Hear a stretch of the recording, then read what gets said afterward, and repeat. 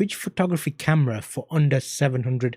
I've made a number of these videos about different budgets and finding the best camera for you.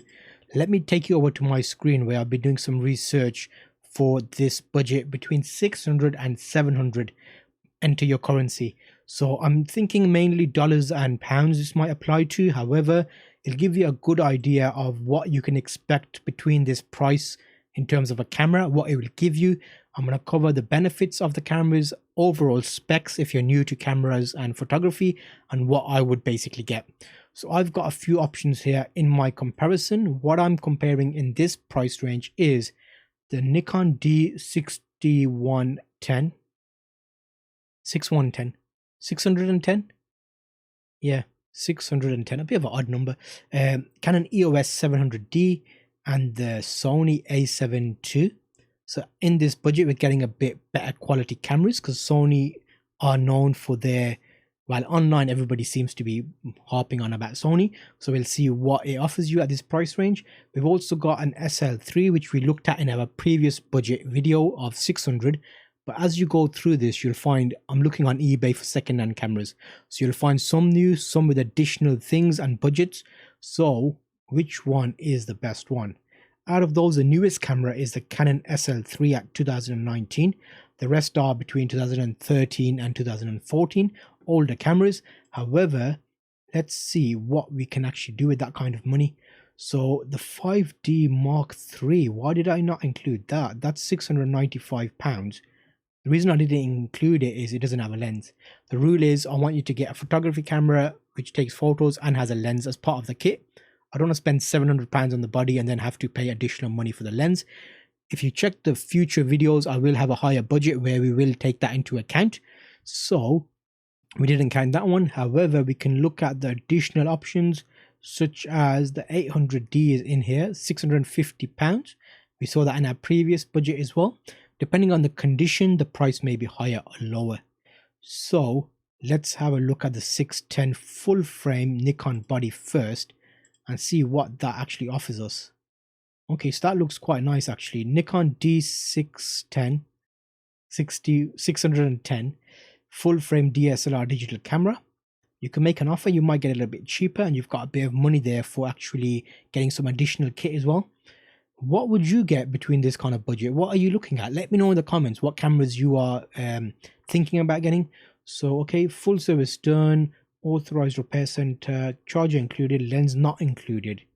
However, we are selling it to, okay, come on, mate. So, yeah, actually, no, he didn't say in the title. So let's knock that off the list straight away because it's not giving us a lens. What else have we got? The Sony. Oh, it doesn't have a lens. I thought so. I thought that was quite good. Okay. I'll offer it as an option if you're willing to pick up a Sony and you're willing to spend money on a lens, because you could get an adapter and adapt another lens to that body, which is a whole new topic. But Sony, I'm gonna have to knock you off as well, mate. Sorry. Okay, so the Nikon's out, the Sony's out, which leaves us with two cameras, which isn't good enough. Let's bring up some more. Okay, so 70. This is a bit of an awkward amount, honestly, because between 600 and 700. Let's do digital camera. Let's try digital camera. Holy moly. Okay, and let's rejig the amount. So we're looking at between 600 and 700 is the today's one. Yeah, 700. See what comes up there. No lens. Panasonic mirrorless 4K 700, bang on. That is a nice option there. Panasonic makes some great cameras. We're used to seeing Nikon, well, I'm used to talking about Nikons and Canons, but in this higher price range you're going to get a nice selection of additional options like Lumix, Panasonic, Sony. What else have we got? Sony Alpha A7 mirrorless. Nikon Coolpix, no thank you. See that, look at that.